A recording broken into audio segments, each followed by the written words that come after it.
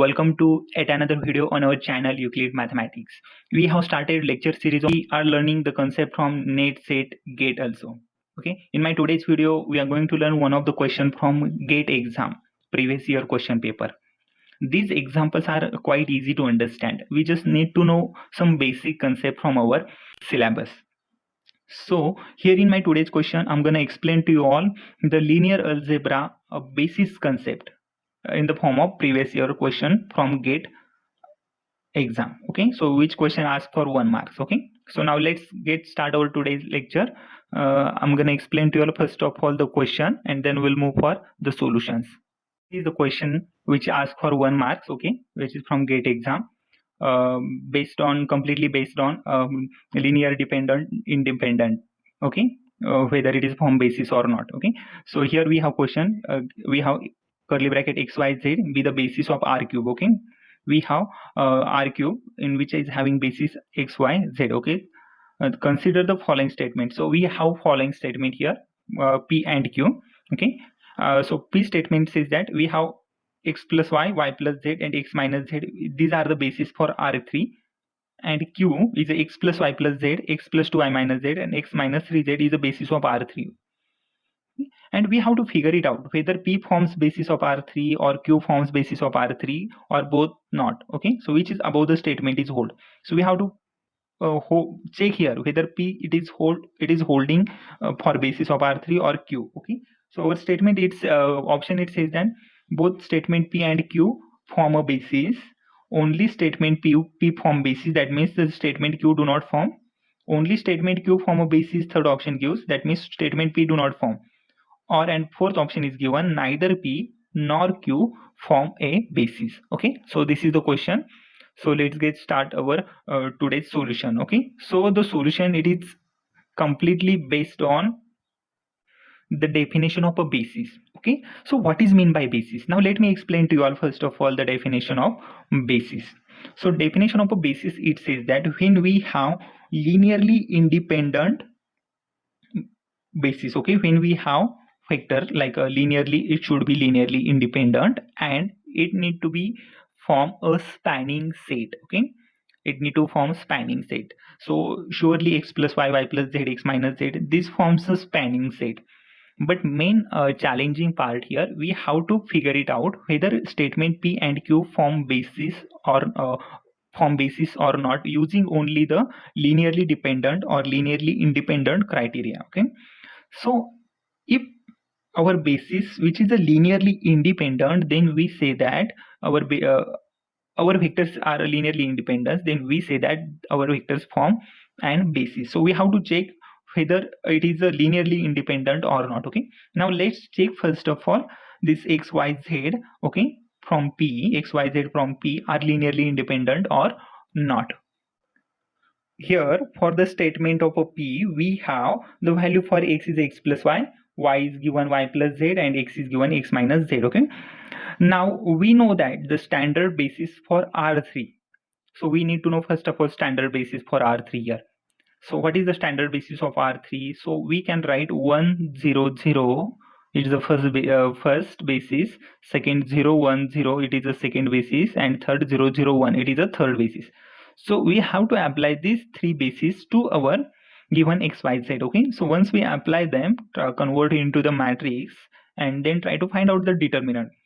If determinant is a 0,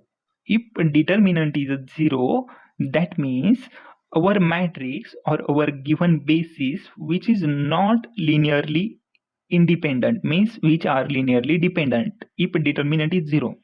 If determinant is a non-zero, that means which is a li, which is a linearly independent. Now let's first of all apply this standard basis to our x y z. Okay, so here means apply first 1 0 0, that means x1 y0 z0. Okay, now x1 y0 z0 to first one, like a p of 1 0 0.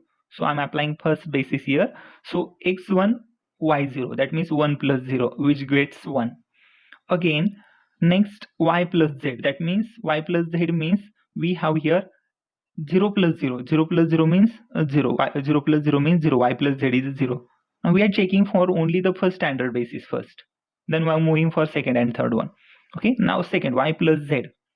That means y plus z means here we have to apply y plus z is a 0 and x minus z, that means x minus z1 minus 0, which is a 1. Okay, so this is our first row of our column, row of our matrix we got it here. Okay, so now second, apply the second basis 0 1 0. Okay, now check it, put these values here and check it whether which row is coming. Okay, so x1 y1 x0 y1 z0. Okay, x0 y1, that means 0 plus 1, that is 0 1 0. Okay, 0 plus 1, which is 1, again 0 0 1 x0 y0 1, y plus z 0 plus 1, that means 0 plus 1, it is coming here 1, and x minus z, that means x minus z, that means 0 minus 1. So 0 minus 1, it is minus 1. Okay, so I got the order pair, the value for our matrix is 1 0 0 1 1 0 0 1 minus 1. Now convert this into the form of matrix. So our matrix P, it represent here 1 0 0 1 0 1, second row column it goes to 1 0 0 1 1 0. Okay, so it is not that near, nothing here. Okay, so 1 1 0 1 1 0, it is here, and third column 0 1 minus 1 0 1 minus 1. Okay, so these values I converted into the matrix, and find out the determinant is just the part of finding the determinant only. So here the determinant of matrix, I hope you can find easily that determinant. It's nothing difficult here. I'm not going to explain this one, you may have to understand. So 1, it is here, a remaining bracket 2 by 2, negative 1 here, remaining bracket plus 0, so which gives negative 1 plus 1, which is a 0. That means determinant of a P is a 0. Then we say that our matrix, which is a linearly dependent, that means not linearly independent, and if not ELI, that means not form a basis. That means our statement P which do not form a basis. Okay, so those statements are here in our question that says statement P form a basis, all are wrong. Okay, now let's check it. So here statement P, it says that first statement both P and Q form basis, but P do not form basis. So first statement wrong.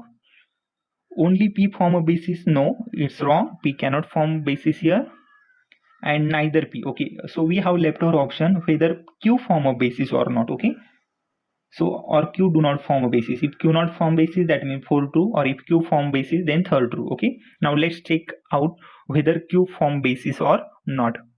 Similarly, as we did in our for statement P, so we have to apply for statement Q. Okay, so let's write the basis for Q which we have given. Okay, so x plus y plus z. Okay, so these are the value for x y z, x plus y plus z, x plus 2y minus z, and x minus 3z here. I written here the values for Q. Okay, apply the standard basis.